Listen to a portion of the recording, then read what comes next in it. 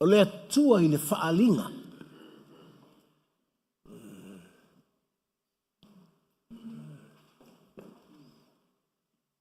Po o le atua o whaali mai.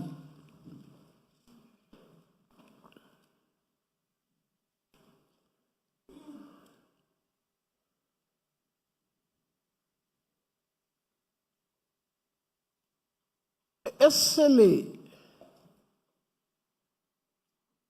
manaia o le tūlanga ua o iei le tangata. Ua mawhai ai ona nei loa le atua i lona whaali mai.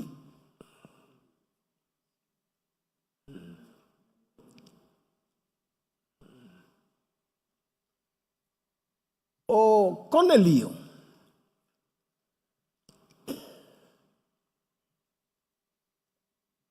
e le se tangata Israelu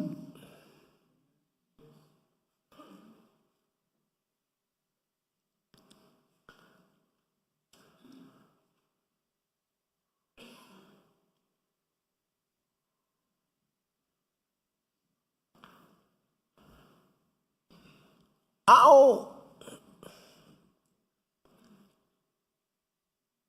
o le vaai atu i le savalinga le tangata o Cornelius.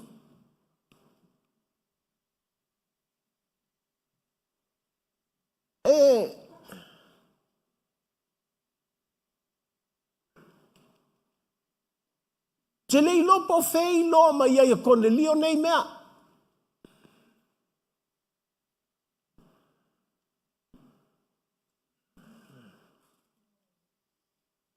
O le vai tau lea. Ua saua ina le 𝚗𝚘𝚎𝚅𝚅. O le vai taimi fo i lea na fasio tia ai se te whano.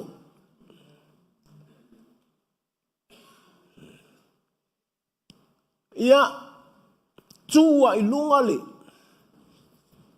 E na muli muli a Yesu. Alu sola anga.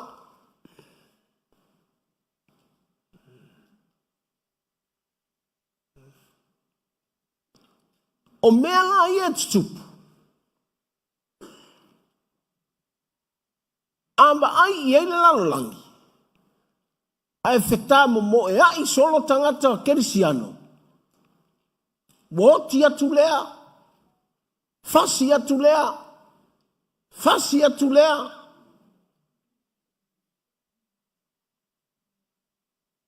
It seems like it's hard to reach out for souls to the kingdom of God. Pele whaingo fie o na tala ina le malo le atua. But it doesn't change this man.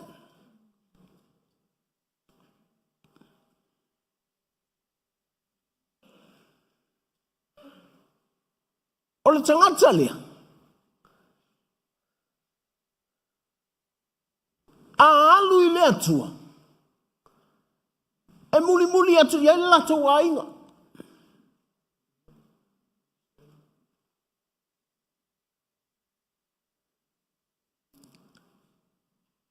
A alu e tatalo, e fia tatalo o matu ai ma le lato wainga.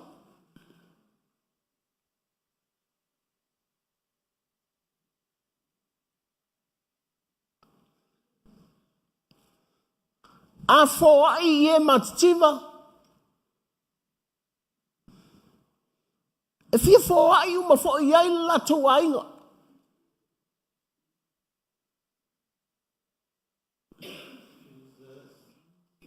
A lofa i tangata. His family follows what he's done.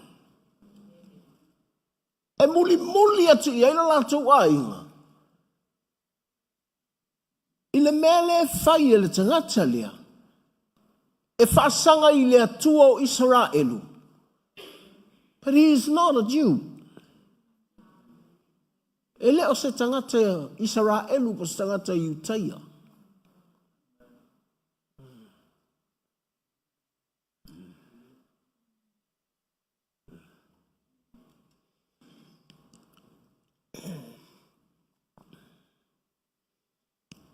O le whaalinga le na I loa petelu.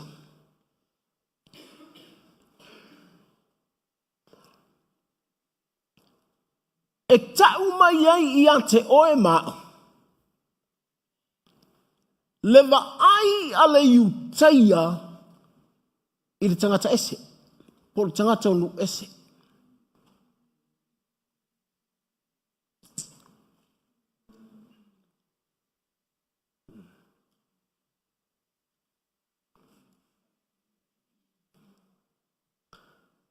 Mele na whaingatāia na malamalama pe telu I le whaalinga.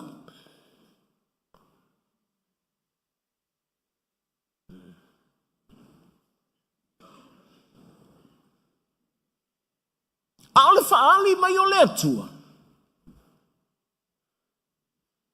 Na whaamatala I a Petelu. Petelu o lauwa ai le nā I tangata nu ese. Peini manu le mama.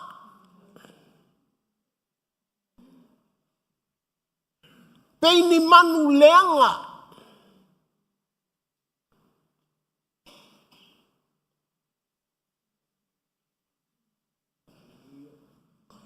Ai whai mai le atua. Love it. Eat it. It's good for you.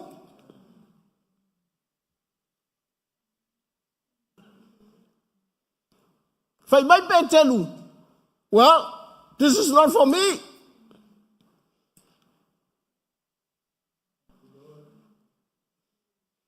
Telefia ai ia me ai. A o lai whai loa ia ia le atua. O lela ave ia I o ni whale o Cornelius. A o Cornelius le tangata o nu ese. Lale whaafisanga I ma le atua.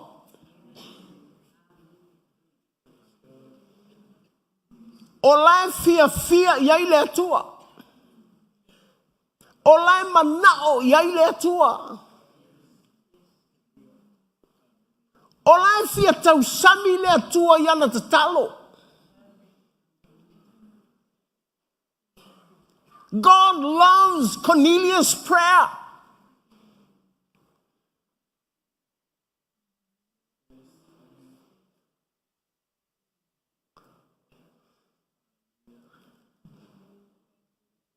Au betelu.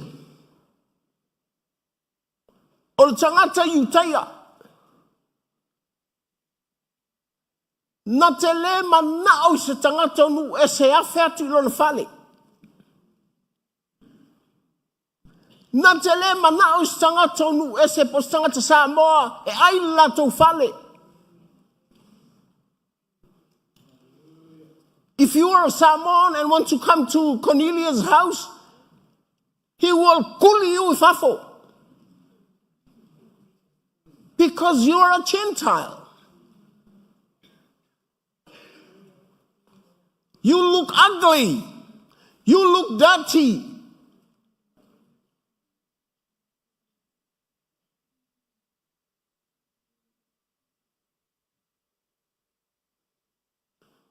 Au Cornelius tangata nu ese.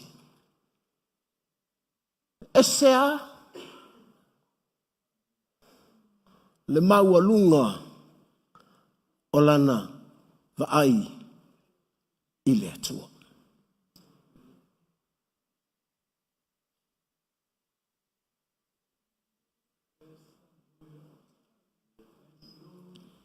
Say, Lord, it's a challenge for me too. O se lui a te au.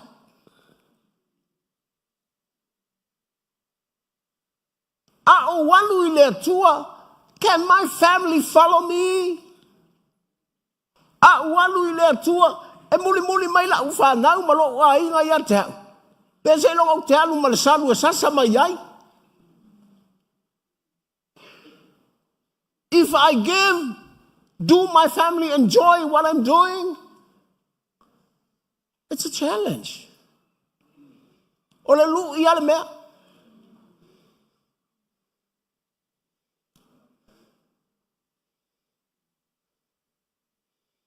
A o le taimi le fai ai, le samalinga le a Cornelius, ele se taimi fai ngō fie wa ai atu tangata kerusiano.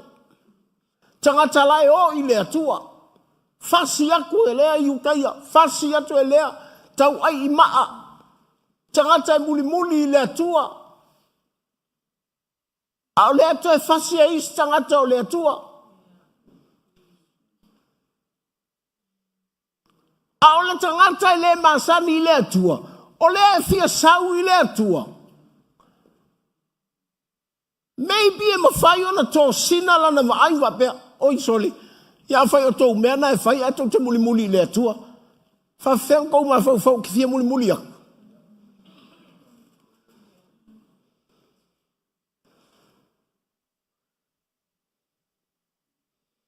E li i tu ua e Cornelius 𝗟𝗔𝗚𝗚𝗏. Lea la ua. Whaalima i ele angel.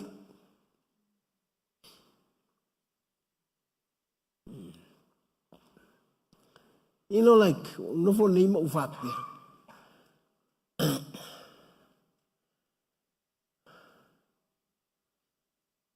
E tela ina wa ai tangata ma mawhau whau tangata i anga sala tā vita.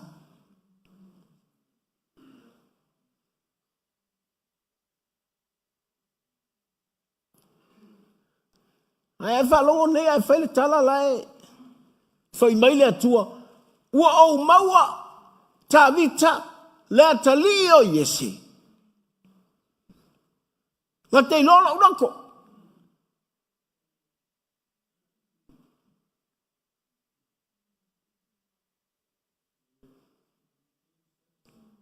Ngā luenga mtau bisfu tolu nei, whaile tala na. O whapea, sone. E se ale wa ai al au loko leanga i a tā vita. E se sila le atua i a tā vita. Na au mai ai le atua le whaolatanga. Ai whanau mai le manawa o tā vita. Ma whai ngoa le tama lea na whanau mai le manawa o tā vita au mai al whaolatanga. He's the son of David. Does that make sense to you?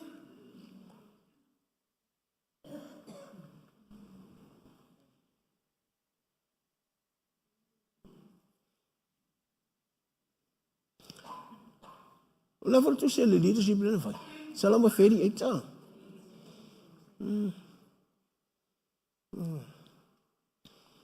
Vale. Amale tala tu smaia. Ua o tabi tel tu ai ngā tinga. Wale mawhaia elo na tino o na tali. Ua o le tabi tel tu ai ngā tinga. Wale mawhaia elo na mawhau o na tonga fiti. E o ilo na loto. Wale mawhaia elo na loto se mea. Ai whai mai na tala i salamo le na. Pea whai misfulma lima. Pa mai le atua e a vatula u wha moe moe i a te oe.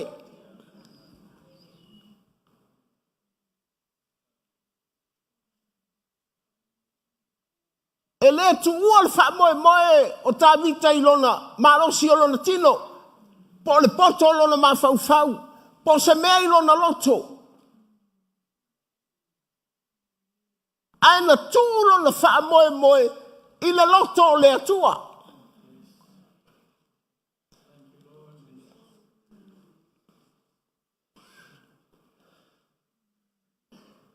Apea leiti oa. Wale o taimi tinga. It's a testing time. O la e te sai.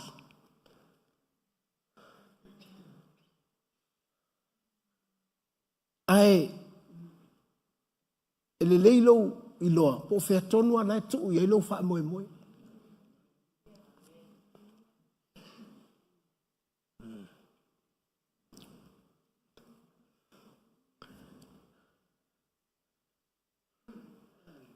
Lea la a whaina taulanga a lau tama lea.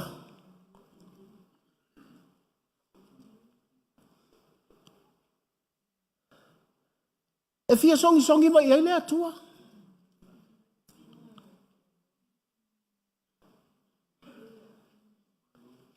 So whatever he did, it reaches the heart of God. E o I le loto le atua.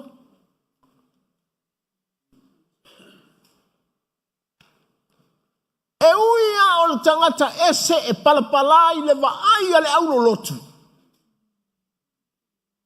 Le alunga, whai keke le au lo loku.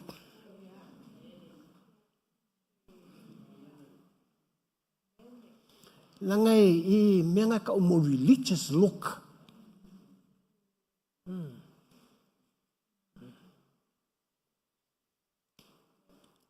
And people pretend they're outside. O fafo linga mai fafo. Asau le lotu pe se angelu fafo. Ai ole a iaf kokong.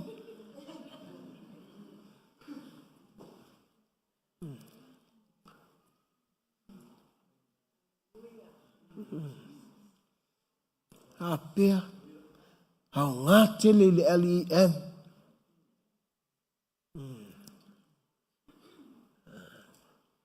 O le tā ua le ia tātou. Po o whea o ia tātou. Taulanga.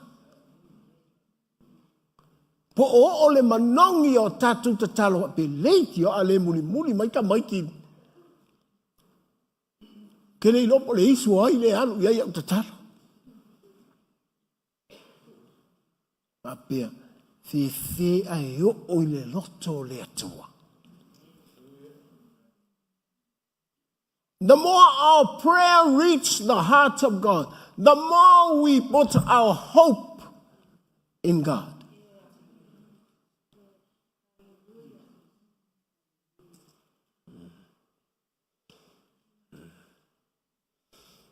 O ilea e whai nei lau fōai. Ia o ilea tua. O lai fōai tangata mativa. E whai mai le angelu. Wa o I luma o le atua. Ai le I fōa I le atua na fōa I tangata mativa.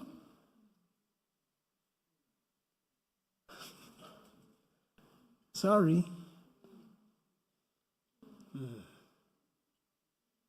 O le winga o le tala voi lea. E se le mana ia o lou fesoa soani le isi tangata. Pei ala te whaia I le atua. E te tausi lau whanau, o lai te whaia mole, vi inga o le atua. Aua, o lo ta whai tau ti ngāia, pe ata whaia nei, ona o le tangata. Ai ata whaia nei, mole vi inga o le atua, e manuia lota loto, e sui fo I lata whanau.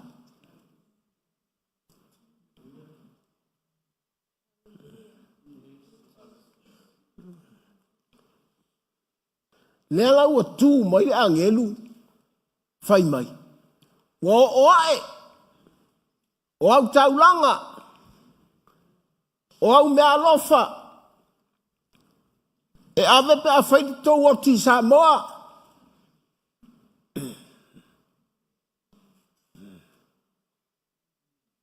O lau fō ai le kalesia, pe I titi pe tele, e whaia mai le loto, ia fia ai le atua.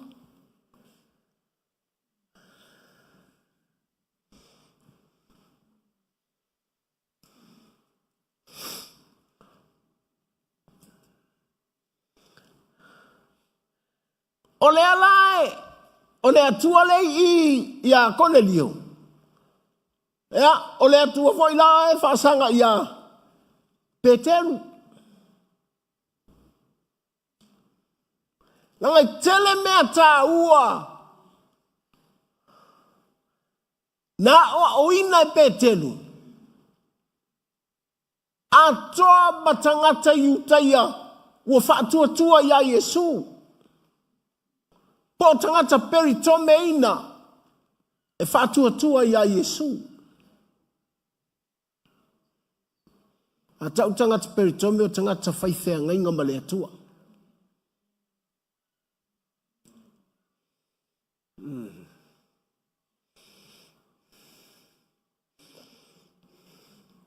Wala lana whai atu lautala.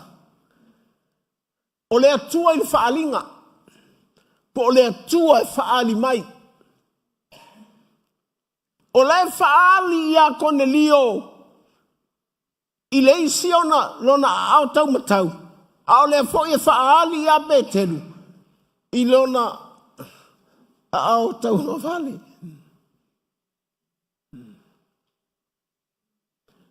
O la lae ta oto ua naole. Ina ua whai atu i ele angelu. Cornelius. Tuli seisi i opa. Au mai le tangata i ngoi a Peteru lai ai.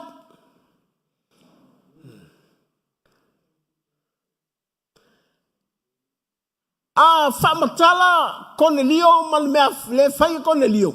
O le whaamanuianga.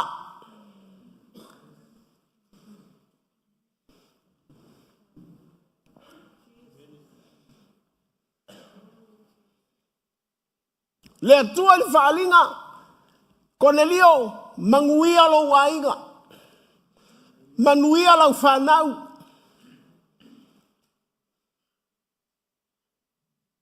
E whaatupu tele ina au mea langa te whoai. E o i le fofonga o le atua le manongi. O au mea umai whai.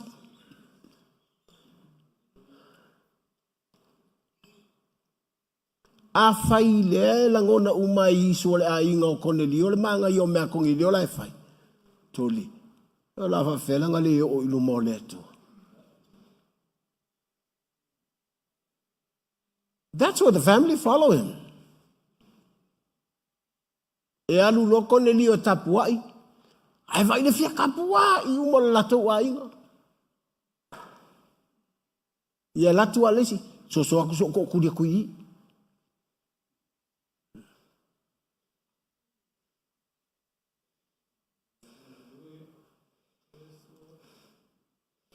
Fai mai ua whaatupu e le atua le fia ai ia Petelu. God made Peter hungry. E nā lulunga tatalo. O lai tatalo. E a mata le whaali atua le atua ia Petelu. Whalongo Petelu ua i alongo mangava. O fia ai.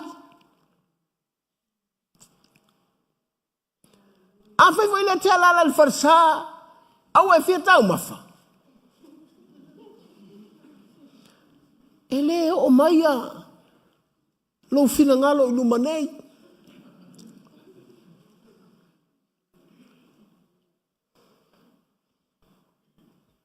E te fia tau sami ane loa. Hafe ane loa lo fina ngalo ilalo na foa. Tua umi ngā loku fio e wharko ngai.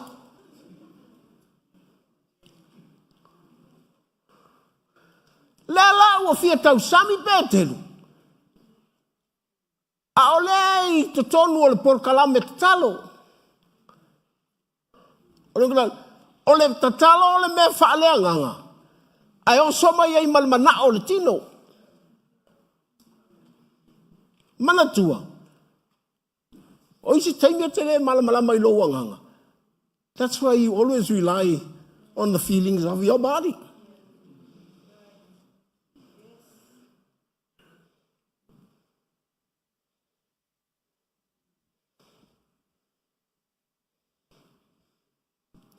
Ava bele te alala I ala ue, wa tu lo e fiale tuli.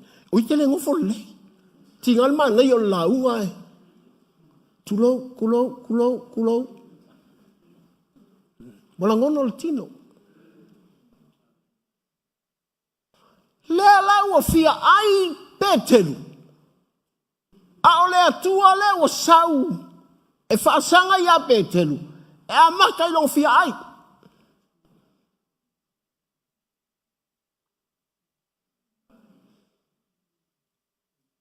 Mai atu Petelu le whaali mai o le atua.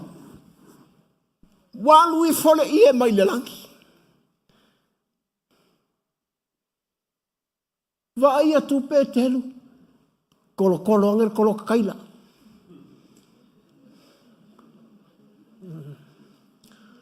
Ia fa pepe ja.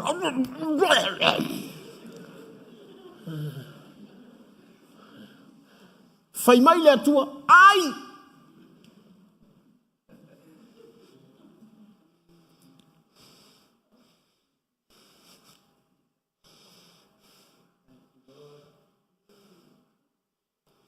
Fapea Petelu ai sempeka ai matua sila lunga vai el fange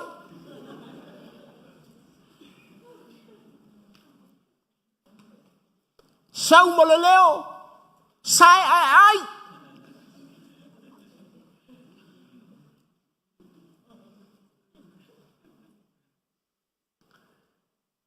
si ma ngai io le poto le atu e fa makalase me.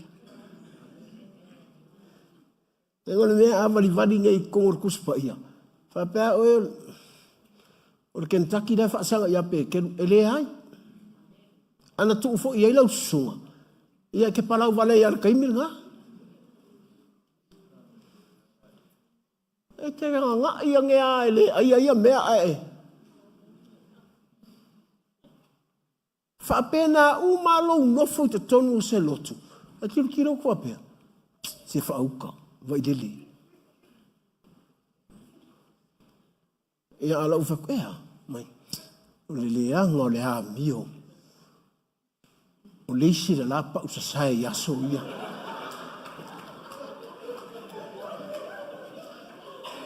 E whalo o tufai mai le angelu. Ai malpa usasai le la.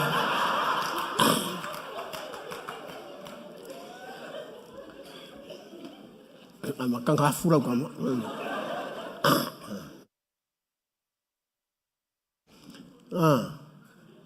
Va pea. Au foi le o tau ai a tau. Va pea. How can I enjoy the church if I watch all the members and say, oh, I don't like this church? Why? Oh, people are dirty.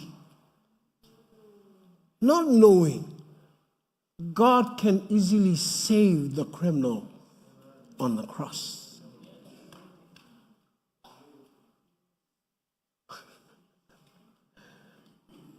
O le nei ai le mo so file mu lo vai atu ma e mai tau se tangata na e hiloa mua sana mea pi ona fai.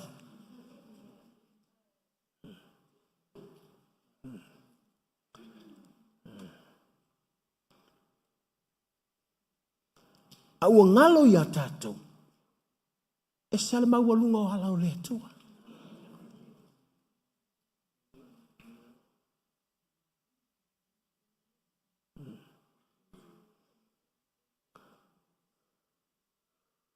Alui fole ie. La uane mea aiele fi ai Petelu. Ia toi nofo Petelu ai toi avele ie. The second time, o koe te roi fo lalo lesi ie. Toi va e te fo I Petelu. E lesu ia o meana na musoi fo ile fo to e mai. O le wha aluaina na lo Petelu le lotual na. Like Atua e lua le whailau tusi a Petelu. Oi, e whailau ko te il kou loko.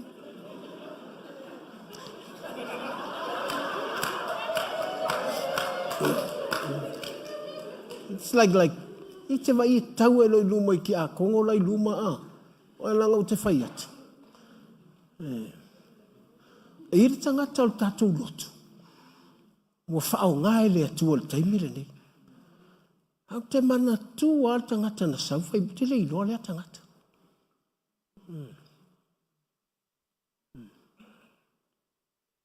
Sau whai mai a te. E lotu I ia. Ta umai lengo. Ia o fui la fatu. E lotu I. O mai. Sorry. O le wha le ko ngunga tangata ngei le matonu. O aula. Whai mai lo loto. E se le maa ngai a lau ministry.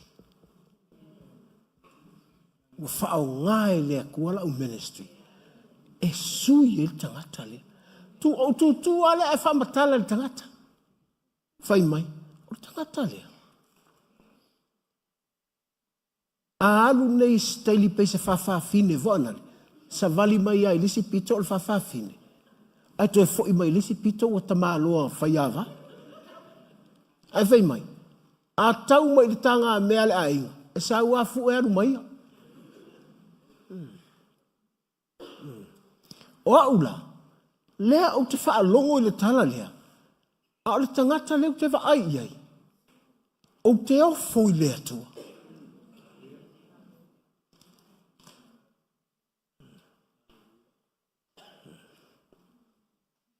Pea.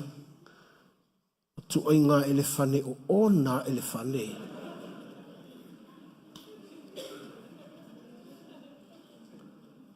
E whape li tioa a malo losi o nifo.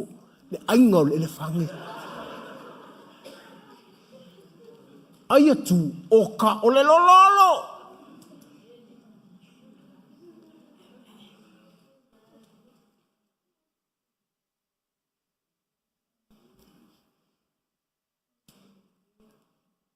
Na tu tonu I tatu farsa le toi ina o lona to titolo na o langa ato o fal pui pui.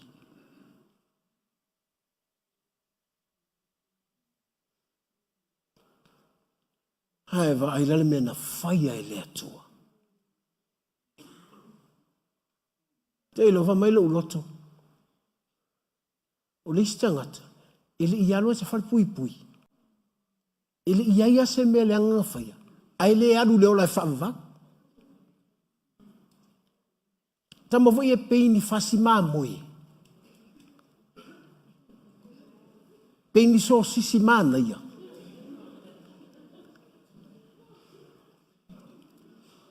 Ai mai kansai tangata.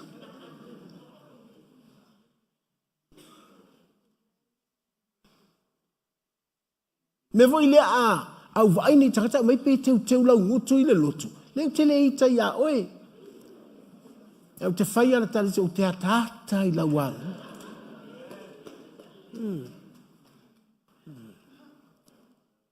Langa ua ova ai I tangata. Whai mai le tala tangata I leanga. Awa sui e le atua. Langa na whaalongo mai ia, iutaia. I leo o mai, o Petelu, I le fale o Cornelius.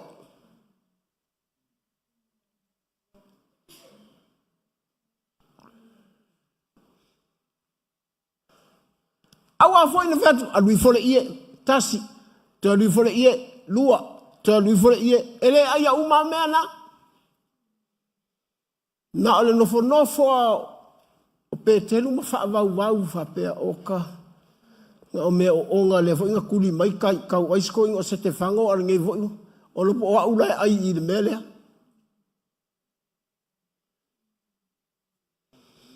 Whai mai le atua. E iei tangata la e o mai. E o mai a watu oe. And you have to go.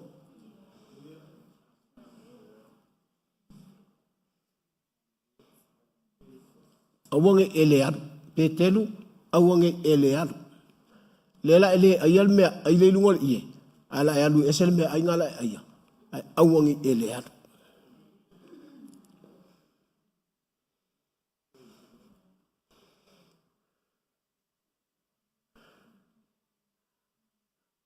Te lola me manai ai lo uloto. na lua tua e whaalongo mai pe telu to tonu. O lai tau wala au tangata. Ia pekelu.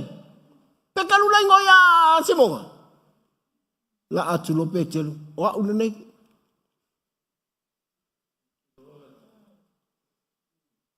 Na tuli mai mātou e. Tai au Roma lea, tai Italia lea. O Cornelius. I lau sunga. Pe mawhai on tata watu. Mana ia tu singa luka. What Peter did. He took those men like guests.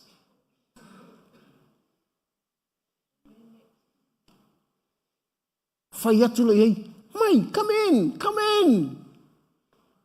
Lono winga wan pe telu fai me ai. Avae. Fa mo moenga u fiu ai le fale o pe telu, mo moe le fale o pe telu. He vai ma pe telu, talangoa ai ma pe telu. Ai sa.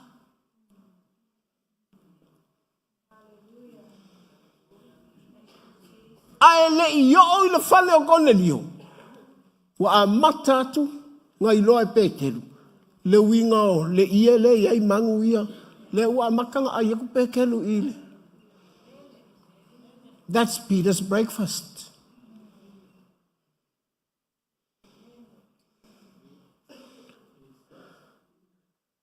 A ole iutai. Sa ai se tangata unu ese longa fale. O tangata e to tolu ia nao mai. Elen tangata o iutai o tangata unu ese. A lewa whaatanga na a ai I. Nga momoe I. Ko le upulai wha o ngai luka por tusi leo ngā luenga. Wa whai ma lo whaalo alongia pe telu.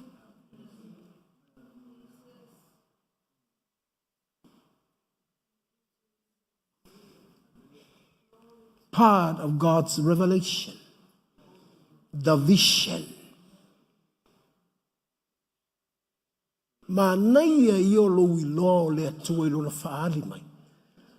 E pa o le ialau me whai. Ava iai tangata I le manai. Eva ai iai lo mai le atua manai. You are doing the right thing for God.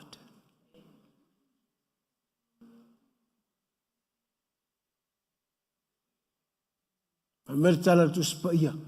Wo oilesias. Ora.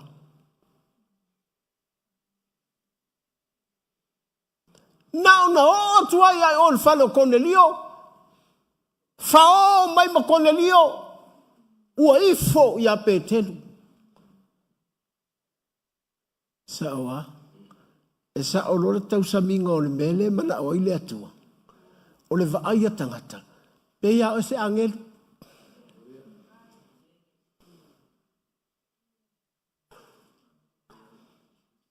Le atua il whalinga.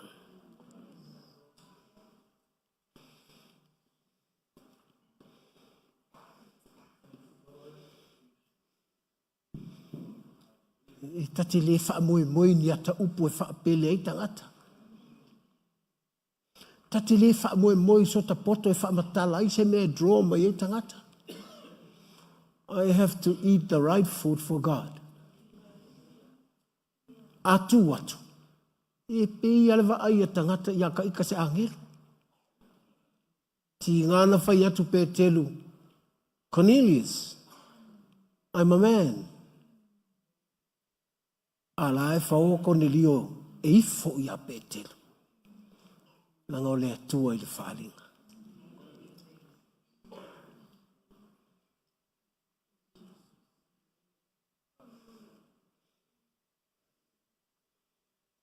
That's why people honor man of God.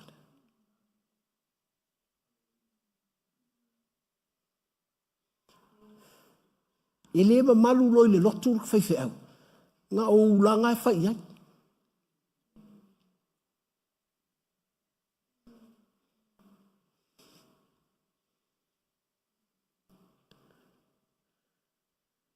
Ai alanga ma malu tangata o le atua.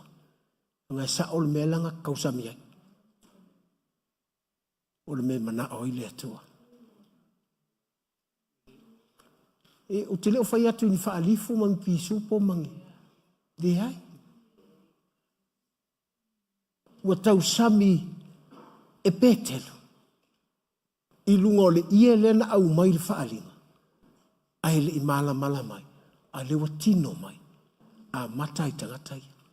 O tangata o nu ese. Au mai e pētelu to tonu tangata o nu ese. Ua whawhanga. Ua peini ana maa lo. Ua whaamomoe. Ave i eilanga best. Tali e tangata nei. A o I le a matai e sea. Those are Gentiles. Tangata nu ese tangata i. Tangata e sa. Ona ai le fale.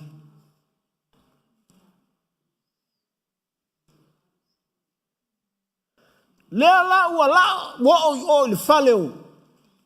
Wa li gotu mano. Cornelius. Vai atua pa mai Cornelius ua ifo ia Petelu. Tingana whai atu Petelu. Oa ua le tangata. Ai e salva ai a Cornelius. Hango le atua i whalinga. I le wha pe ua li ua tua Petelu.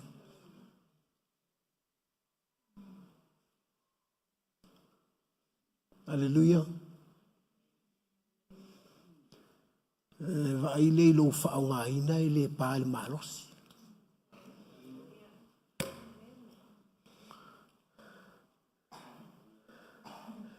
E tusa i ate tangata. E ke alofa i tangata uma.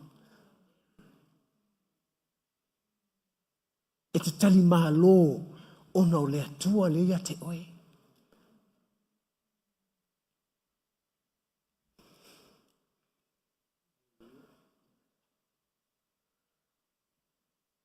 E alaua, ua ifo mai Cornelius. Whai mai Petelu. Cornelius, lale mena e manao.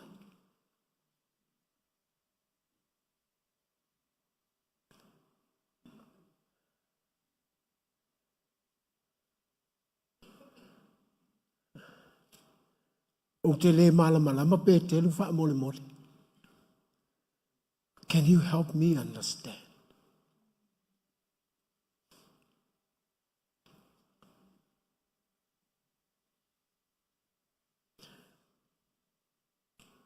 E tau tala Petelu.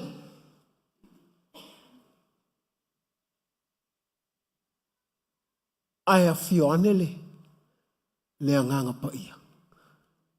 I lunga o le ainga lea. Nā vai mai tu spa ia. E anu atu Petelu. Wai o Cornelius o lona ainga uma. And all his friends. Ona au mea. Ona wo. O lona uinga. Na o lona au nei au mai a Petelu. Tu lunga ma Cornelius alu su e uma mai tangata ma. Mai o mai. This is the day that the Lord has made. We will rejoice and be glad.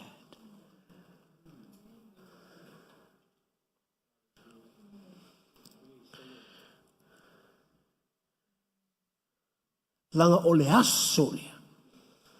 E wha mau ai tusinga. O le aso ngā fio mai ai lea nganga pa ia. Ingo ese.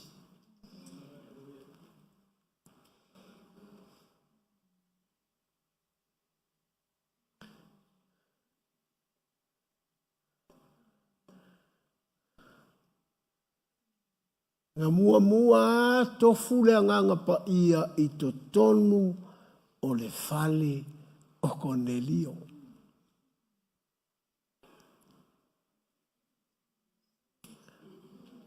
E whai tau tusi ni ngā ruenga mtau mua ma mtau puelua. O le whamatalanga Yesu. Au atau te au se mea. Fatali.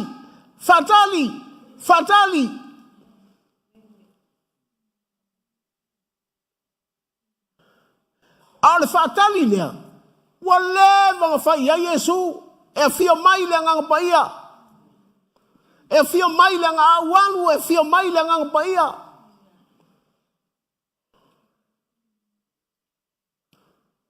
Ale yalu Yesu sa taulu. Ua le mana tau iai. E fia mai le nganga paia. Cornelius. E oso kual meri shortcut.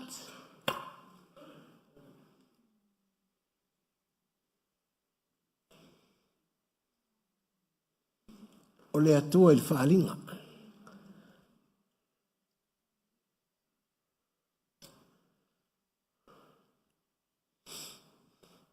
O la e kausu o whe ele nganga pa ia.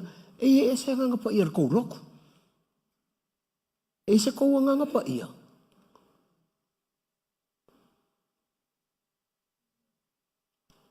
O Cornelius. Ele i whaia i se wholafolanga e whio mai ele nganga pa ia.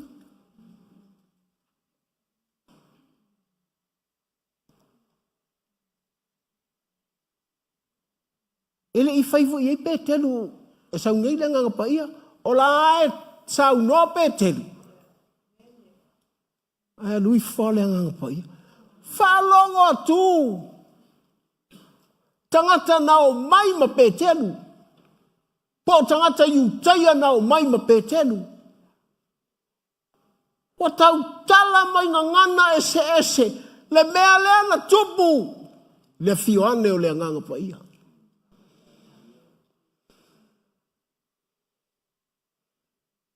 Lea le e tali tonu a iai to tele.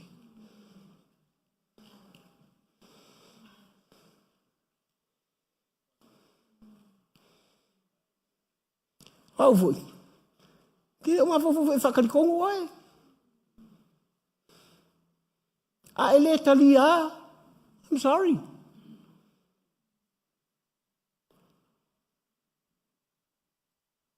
A whai tele tali tonu ngana ese.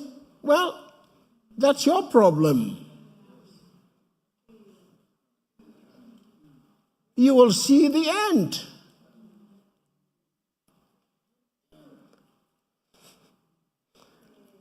E toi pupula ane mata.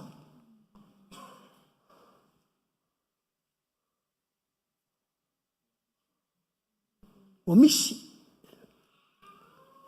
Whapelea. Haka uloa ai. Kakaria le nganga pa ia. Ili whapefu ina latu e whamai Cornelius ia petelu. Mātou nei whaatalitali atu. Ma te fia mau ala mele nana. Pe o mele ai sia ele sia li.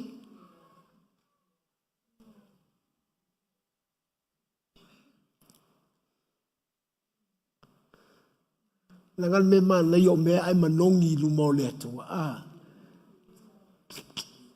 A kakalo e mangongi lumau le atua. A vivi e mangongi lumau le atua. A ka tailonga a inga e manongi lumau le atua. A foa i e mangongi. Ia vaila iei o longa a inga o hanga uo. Lenga la kou pitongu baleu bakumo ele faleu. Tatala lo ele atua lo nanganga. E a fio mai ia.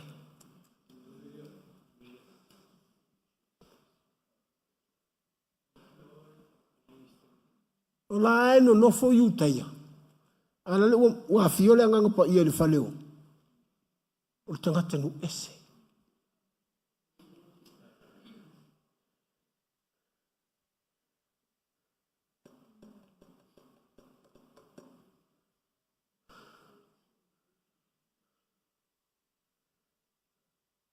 E whenga tāte le melea. Kua le vanga whaile loku ai le. A fio i ele anganga pa ia. Hale loku ngafiko a kāanga po sole.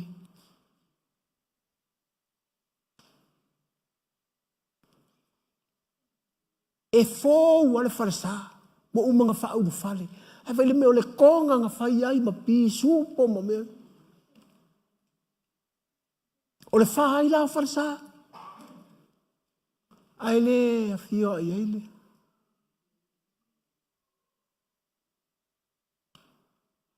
Aua foi e le sisi o tātou e pule le name. Mo foi le, me foi le te o foi. E tau talai ngana, e se lei o tawhatafa. Ara ngai ia ke whaamalo a wai te reka rikongu iai.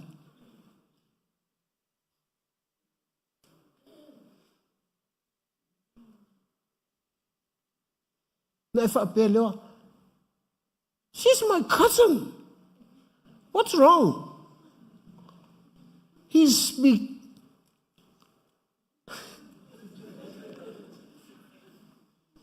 The gift of tongues. But what about me? Peke lua pasen lava. Ire sui ai ale atua. Te ilu ovo le fale lua sasen.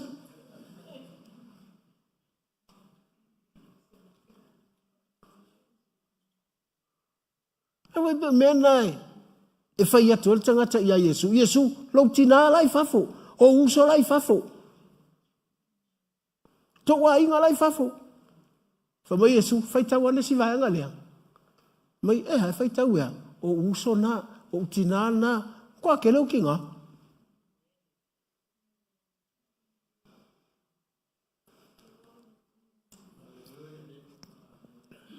O le atua il falinga.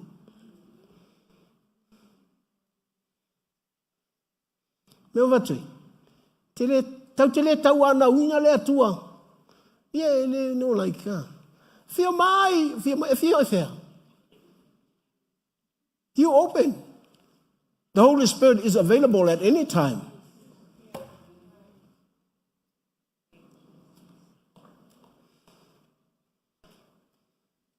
Me voile. A sa ngi ali en. Tele fa longo me fa ko kama pa ia fio mai. Le ai a le tatala o ia.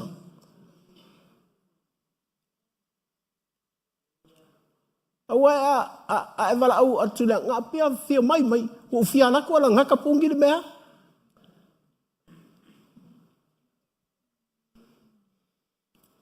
Nga va pe atula ya ka pungi ale ka kala.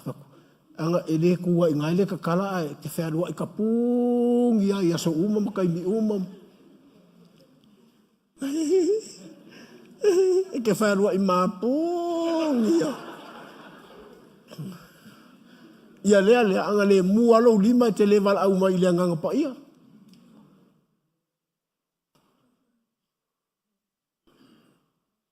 Fa pea no mi. Wa leva na fa tali le atua au wina ne lo na anga pa ia. Le atua la me fa pito i lo fina ngalo i le fale o Cornelius. Ai fale o isi vai. Titi liti.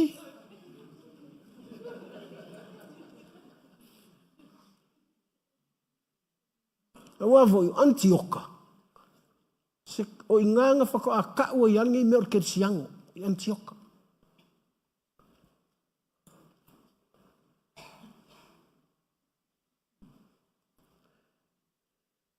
O le fale o Cornelius. E se le ko ai ngā maualunga wa kupuai. Le mea e ka ofi e le kua ngā o ngā so oa. A lewa ta tala i le tangata o nu ese. I le so.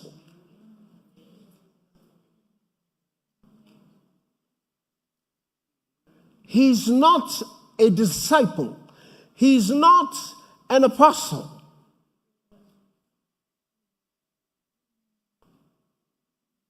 But if God in a vision draw near to your home, I'm telling you,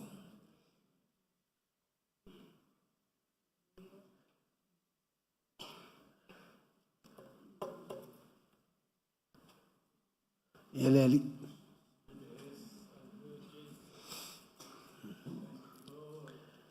Hawa o lo petelu.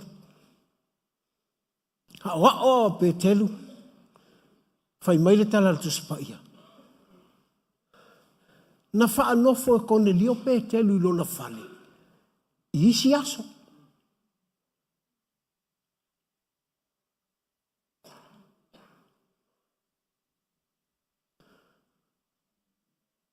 Manatua.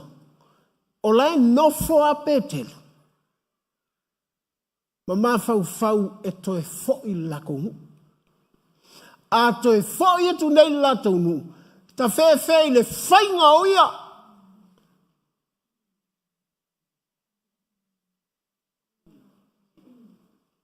E te mawalan tau pasfutas.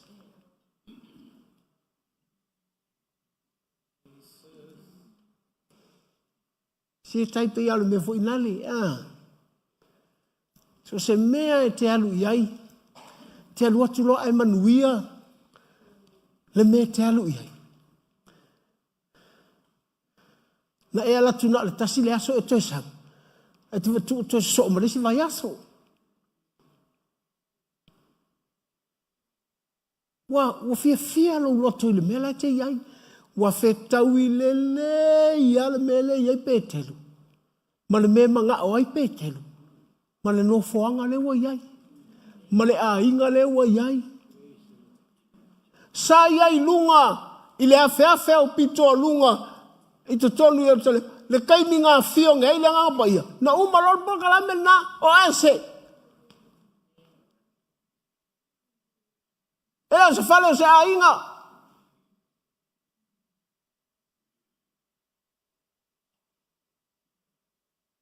Alvele wongo foia.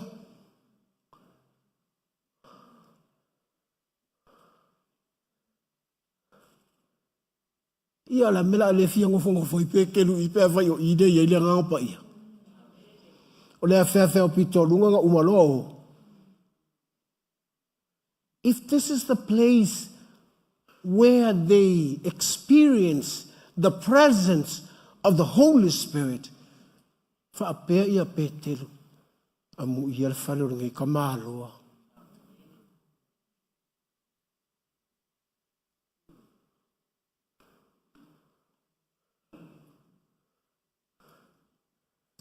Nga ia se fai fe au ngo ki fa pe. E mo fai fa ngar ko fa le fer ka ko loko. A le fio ile nga pa ia. Ho I le ai. Ma nga ia ai I lo ni lo fa le nga pa ia.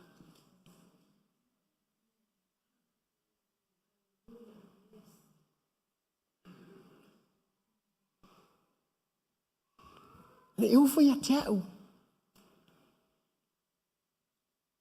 Like every day, I wake up in the morning, si ilo lima ile atua. I want the Holy Spirit to be in my home. Have peace in my home.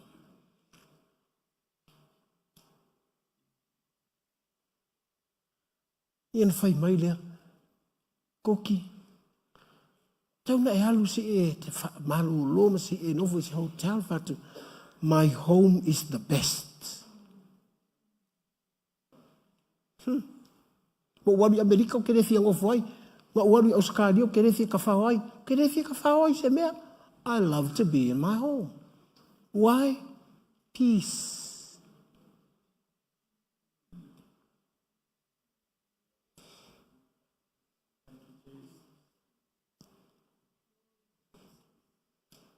Kere pelo ia ke.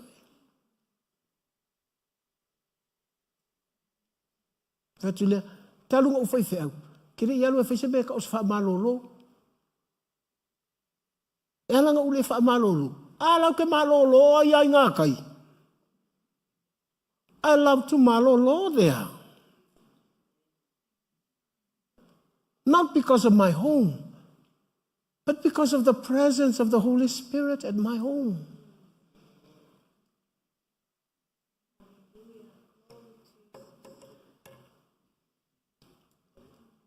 It is God in a vision.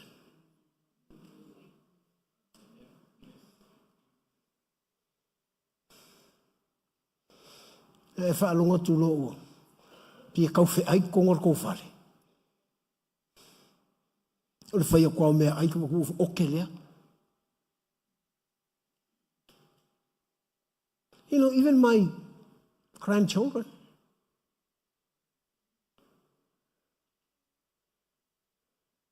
ngala lo wa finge ko la aku makupuku. Ngaro aku papa, can I use your iPad? Okay, you can watch. Yeah, maka lo. Oh, at the same time, I pray for her.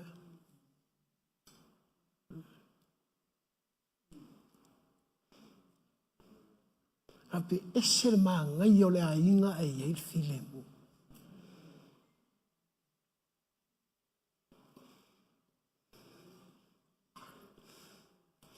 Te telu aluiar ko ainga.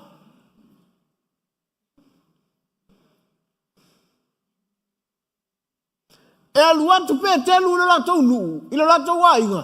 La fakani ba yutaya. O yutaya ya, o yutaya peritome fatuatua ya Yesu.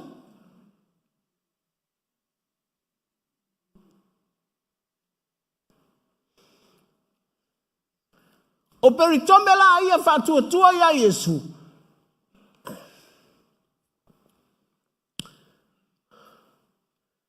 O peritome o mero failonga faitino.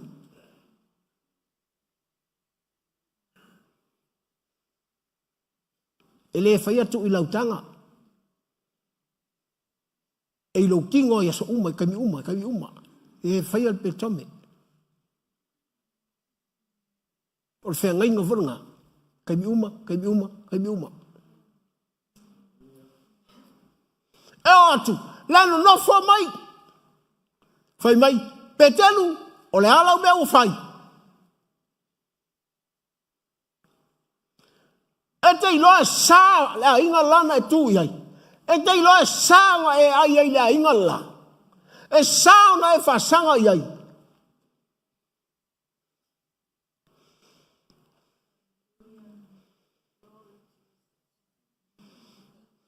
Maltala tu spaia. O nga wha solo loa lea. O nga tautala pētelu. Ma wha matala e pētelu. Lea tua I le whaalinga.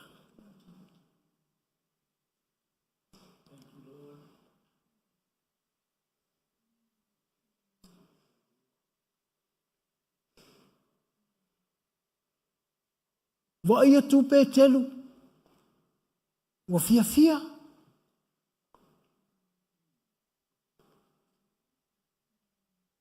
Langa fo I leno nofo maolato manatu. Elengi mangaku ngei, mangaku whatever.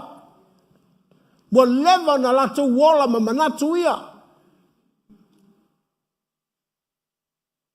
E sana tala noa matangata o nu ese. E sanga ai matangata o nu ese. E sa.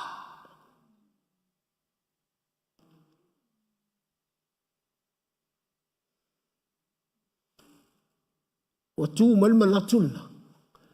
E wha matala e pētelu. Le atua I le whaalinga.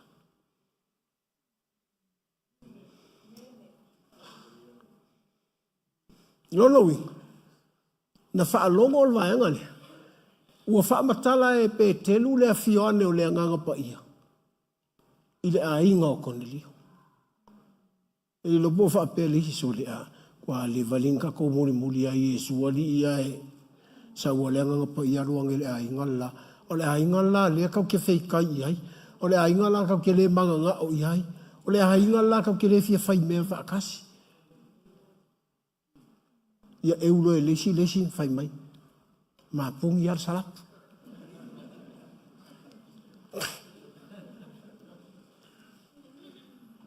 Po le ale ita I tangata nu ese. E woku mo I sa o asol. E sa oa tutulo I lunga o lo fai lo tala inga e aver kala inga ingu ese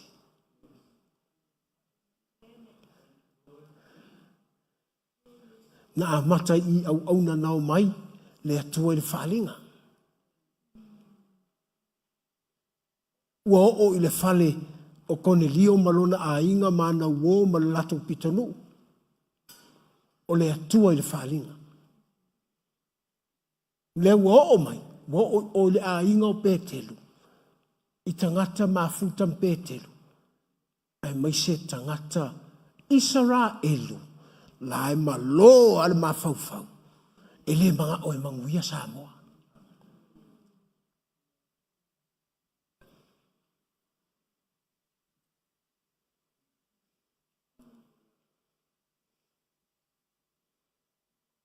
Lala le meu te le fia faitauina. Le tala le. Aisha. Le o tafe mai le manuia o nu ese.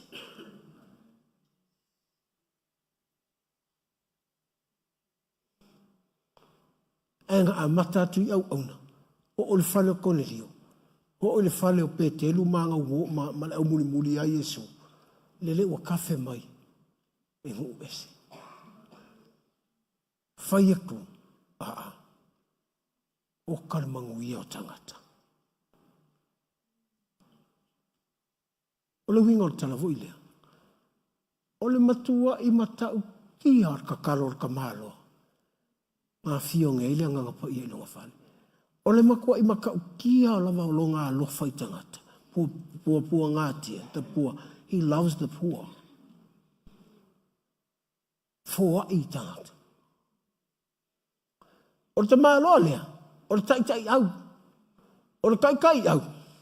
Te inga tangata whangali. E te pula kule ke pula mai au.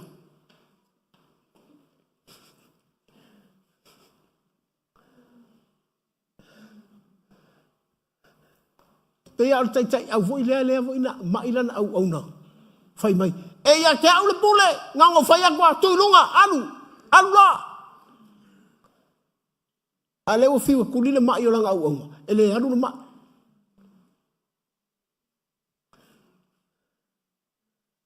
Anu lo langa fe au ya Yesu. Nga sau nga ya lo le mai le au fiwa kuli. Ele ho ye la pule. Fai mai Yesu. To leo kere I maua ya itala elu te makua tua ma pea. Ale mau le LEM.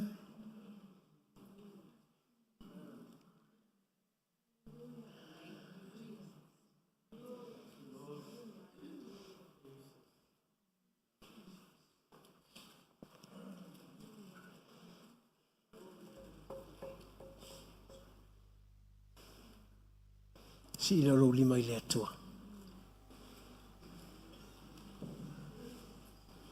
If Cornelius saw God in a vision,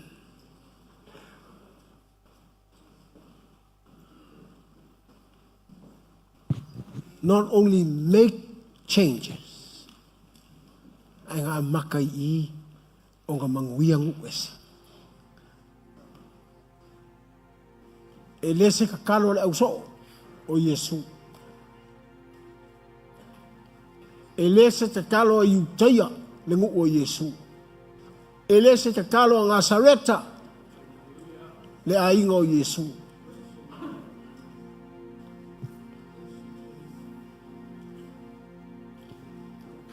Tole a te ia ua so anger Cornelius kongo le akari.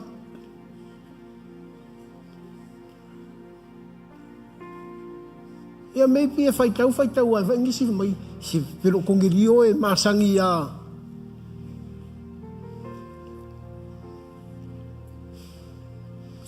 Manga ia me te whalongo tupe e le whetau ia te oi. Ono o le tangata e te le I mahaku.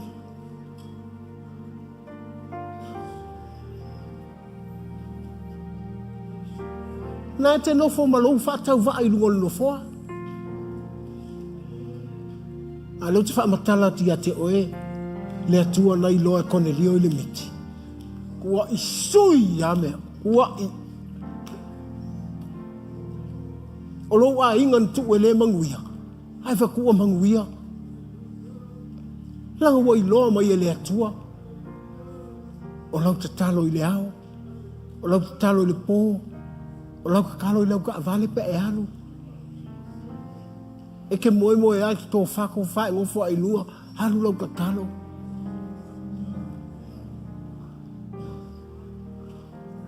O le aso ua maua lau mea tau sami, o le aso u kau sua sau kupe.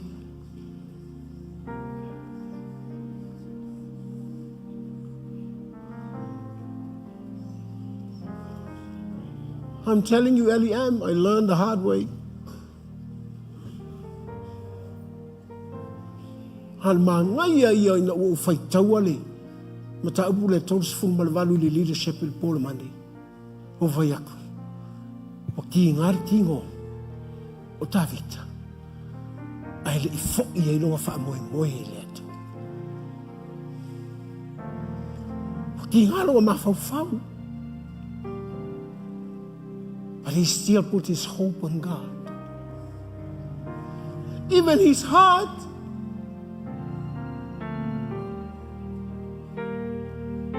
But he put his hope on God.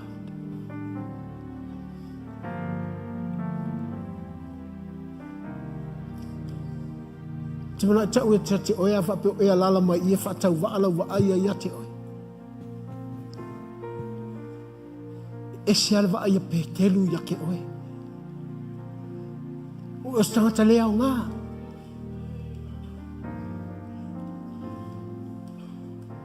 Ma i mauru kai mia ke oi.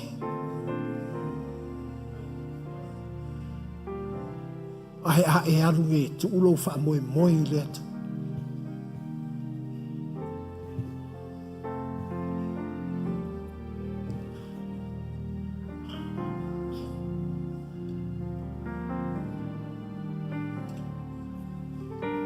Tele whamakalangi whawhita hauli. Even though I walked through a lot of problems.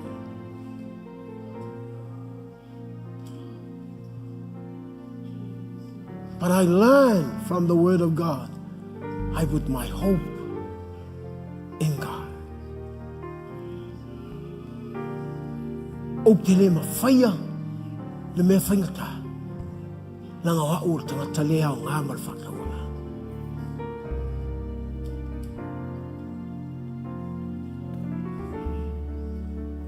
Ele mawhaia lo mawhauwhau. Ele mawhaia lo loko. Ai mawhaia lo wha moe moe i a Yesu.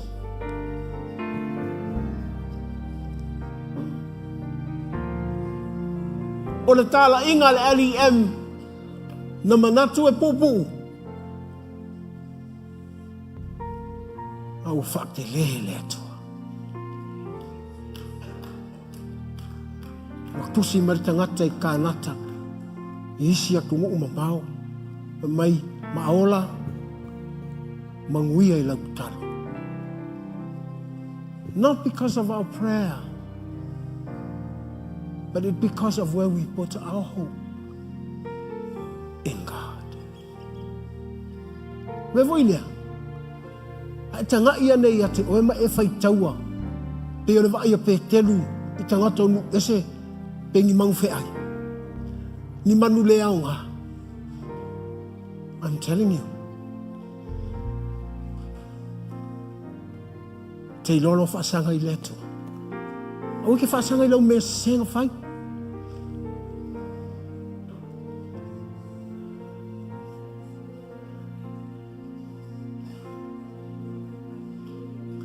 If you did something wrong, please.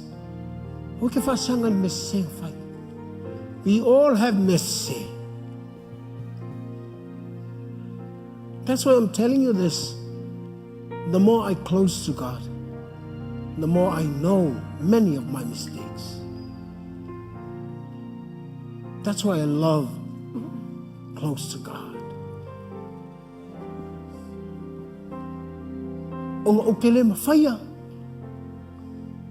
E alai una ofia whaalata lata I le atua. Langa ukele mawhaia. Ele mawhaia le malosi o lo kingo. Ele mawhaia le malosi o lo mawhauwhau. E ui ai kaung whaongar kingo e whaongar mawhauwhau whaongar loko. But my hope o lo wha moe moe. Tu ui lea koa. Au kakalo. E tele ala au kakalo le whawhitalo. Le atua. E se lo walofa I atera. Even though le wo over kausanga male afo o mai. Ke le whamkala ko I ake oi. Ai te ilo oi. Wha popo alu malosi le aso. Maleaso. Maleaso. Ai kalal fo mai fai mai. Fa longo ia lo talinga. Ai fa popo ai le akua malo si le aso. Maleaso. Idi fa pe ke fia malo. The only thing I know, or me ko ui helo, fa moe moe. When I pray, I put my hope in God. When I serve the church, I put my hope in God. As haungi la ulaunga, I put my hope.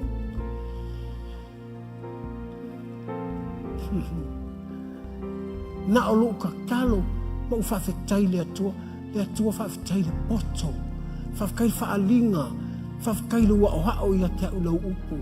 It's amazing. O tūloi, ai la umai le atua.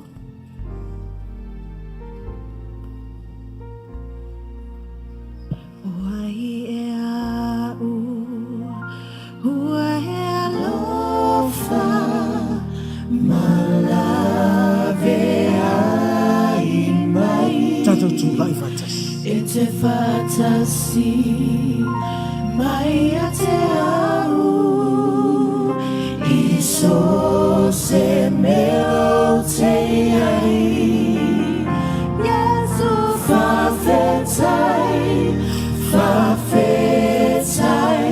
ilo alofa ele au noa Yesu 𝚜𝚘𝚙𝚢𝚑𝚝 mai te au iso se meo te ai Yesu whawhetai ilo alofa ele au noa Yesu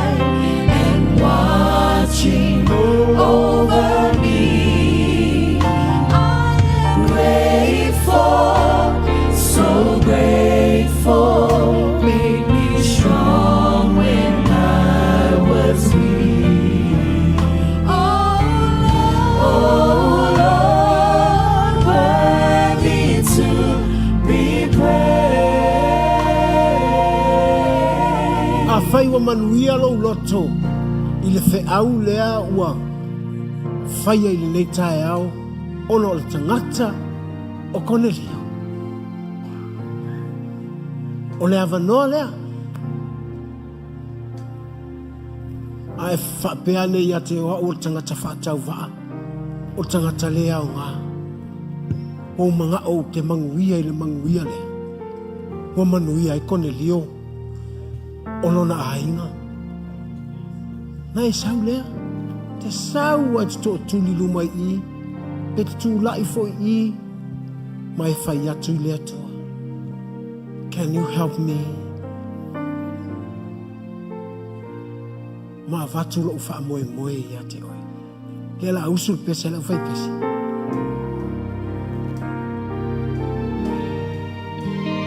Walau atu le. Now whainga luenga sumai luma nei ali o mai tangata wha moli pastors. Can you come? To deserve the love you've given me, always been by my side and watching over me.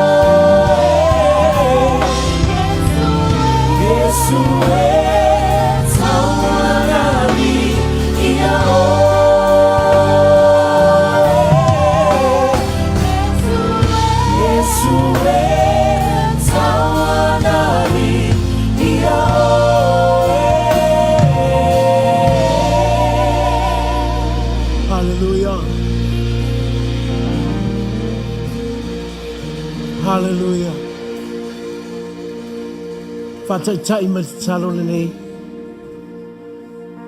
Yesu Keriso. Whawhitai lo alofa ia tau. Wa o sau. E whaai lo atu ia te oe. O lo uloto lea. O te wha moe moe ia te oe. Yesu Keriso. E te saunia. O au I taimi uma. Iaso lelei. Iaso e ti ngā. Na ia o iloa ola. O lo wha moe moe ia te oe. Whawhitai Yesu. I lo alofa ia te au. O au lenei mo oe. Amen. Hallelujah, Lord. Thank you, Jesus. Fatule o lau whawhitai le atua. Whaaloaloa atua I luma nei lau whaingaluenga ma te talo mo lātou. Thank you, Jesus. Thank you, Holy Spirit. Hallelujah.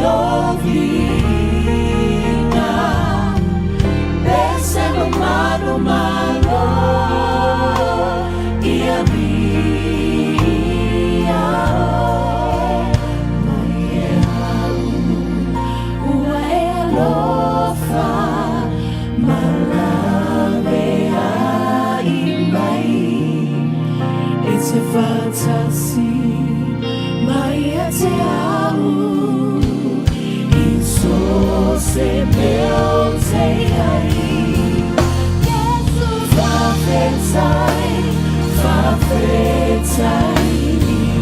lo fai me au tua Jesus sawanari ia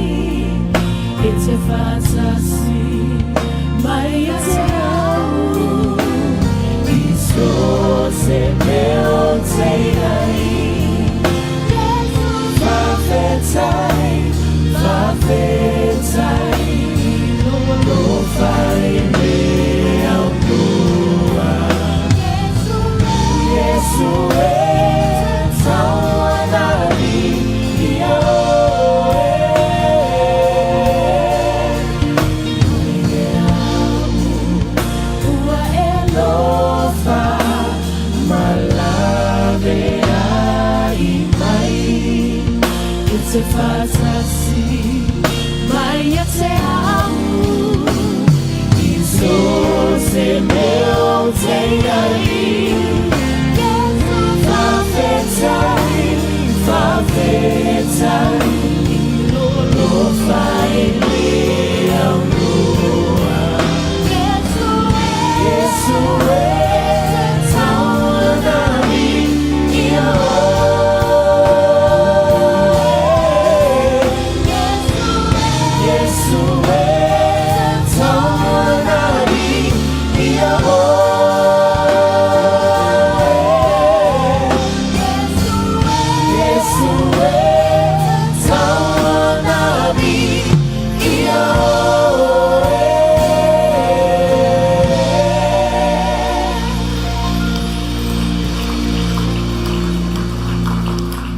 Hallelujah. 𝚟𝚒𝚙𝚢𝚑𝚝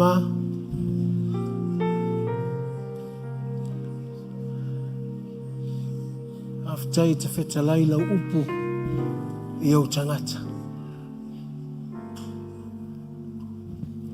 𝚜𝚘 le whaalinga o lau upu.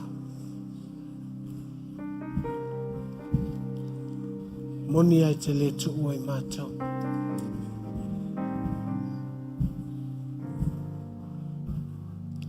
Tai lau whaamālolonga I o mātou roto. E au mai le poto. Mātou te olai. E o ina mātou maua le mālosi. Ai a one o mātou whaalangolango I ai. E o ina poto le mawhauwhau. Ai a one I tu'u ai elo mātou whaamoemoe.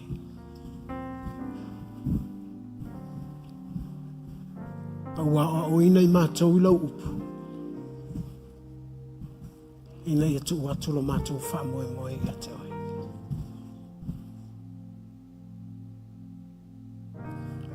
Tusi lau tuspa ia la tala I le nei tangata o Cornelius. A le tala mana ia mo I mātou.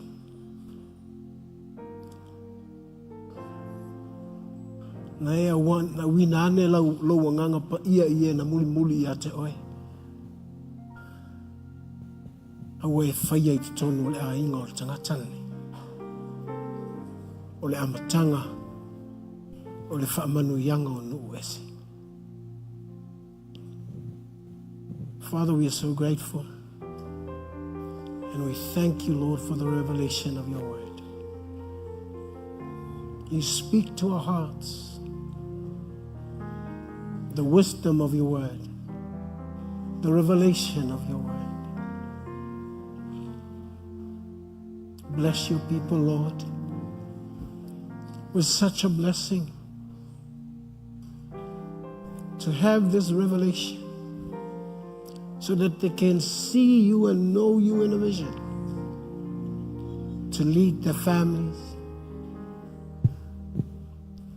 to to serve, to give, and to do what is good.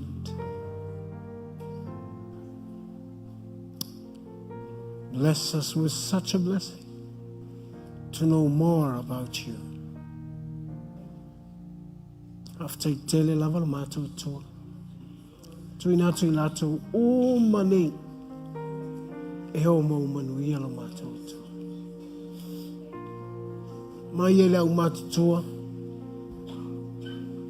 e o lava ia mato whanau manuia I lato uma wo te tonu le nei fale.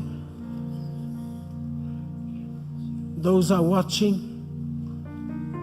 le mato te tapua I whaatas po whea le tū o le lalulangi af taita mai te whamanui ato ia te I lata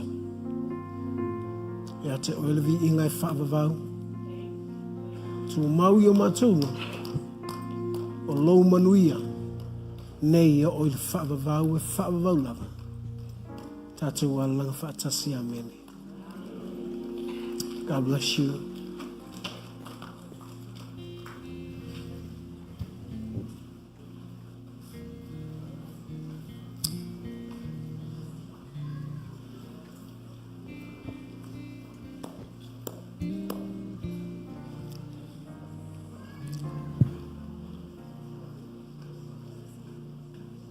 Ja, la tu n'as tout fait le tous.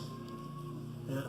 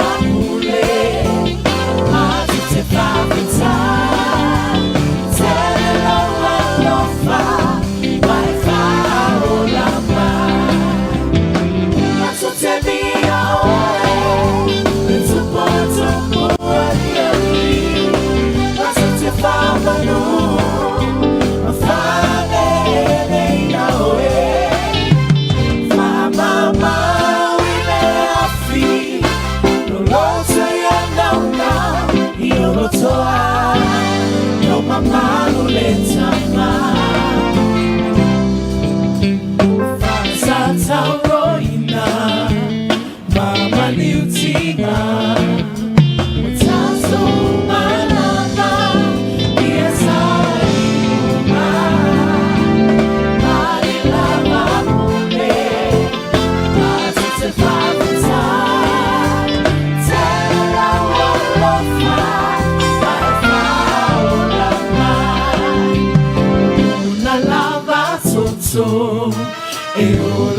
𝚟𝚒𝚍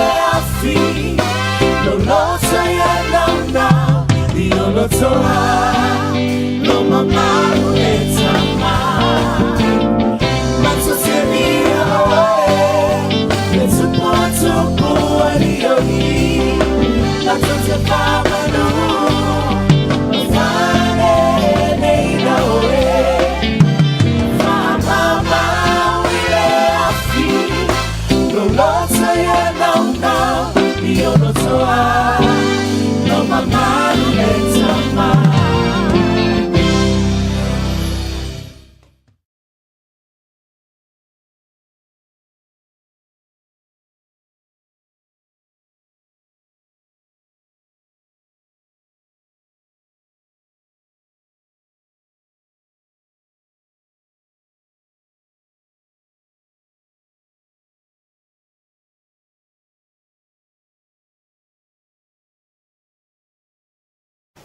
Hey sis, where are you going? Oh, I'm just heading out to find a place to send money to my uncle in Samoa. Oh, why waste time and petrol? You can use UP Group Money. You can send money to Samoa and it's really fast. Really? Yeah. Can I sign up online? Yeah, it's really simple. Sweet, I'll do it now. Okay, bye. Bye. Sending money to your loved ones in Samoa has never been easier with UP Group Money Transfer. Our service allows you to transfer money quickly and securely from the comfort of your home or anywhere in New Zealand. Your family and friends can conveniently pick up the money from over 40 villages across the Polo and 𝚟𝚒𝚍𝚍. No matter where they are, we've got you covered. Our user-friendly online platform makes sending money a breeze. Just visit www.upgroupmoney.com. Sign up and start sending money in minutes. We're here to help. If you have any questions or need assistance with signing up or sending money, please don't hesitate to contact our friendly support team at 09558 2896 or 0800 877 328, or visit us in the office at 6/22 Station Road, Ōtahuhu, Auckland 1062. Experience the ease and reliability of UP Group Money Transfer today. Your family and friends in Samoa are just a few clicks away from receiving your support. Visit www.upgroupmoney.com now to get started. Hey, is it true that your company can help us save money for our trip to Samoa? Yes, that's right. With UP Group Money's partnership with Vodafone Samoa 𝚘𝚘𝚅, you can save money while you're still in New Zealand. You'll need to register with UP Group Money to receive a Vodafone SIM. Once you have your Vodafone Samoa SIM, you can start sending money to yourself through your UP Group Money account to your 𝚘𝚘𝚅 account. You can only withdraw your savings when you're in Samoa.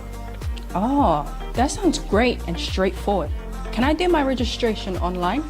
Yes, you can register for UP Group Money online. However, if you need assistance, you can come into our office and we'll help you out. For 𝚘𝚘𝚅, you'll need to visit our office to register and collect your Vodafone Samoa SIM. UP Group Money, in partnership with Vodafone Samoa 𝚘𝚘𝚅, offers you a unique way to save for your trip to Samoa while you're still in New Zealand. Here's how it works. First, register with UP Group Money. You can do this online or visit our office for assistance. Second, receive your Vodafone Samoa SIM. To complete your 𝚘𝚘𝚅 registration, you'll need to visit our office. And lastly, start saving. Use your UP Group Money account to send money to your 𝚘𝚘𝚅 account. The best part, you can only withdraw your savings once you're in Samoa, ensuring you have funds ready for your trip. Wow, that sounds really convenient. I can't wait to start saving. Exactly. So why wait? Visit our website to register with UP Group Money today, or stop by our office for any assistance. Make your trip to Samoa even more enjoyable with our hassle-free savings plan.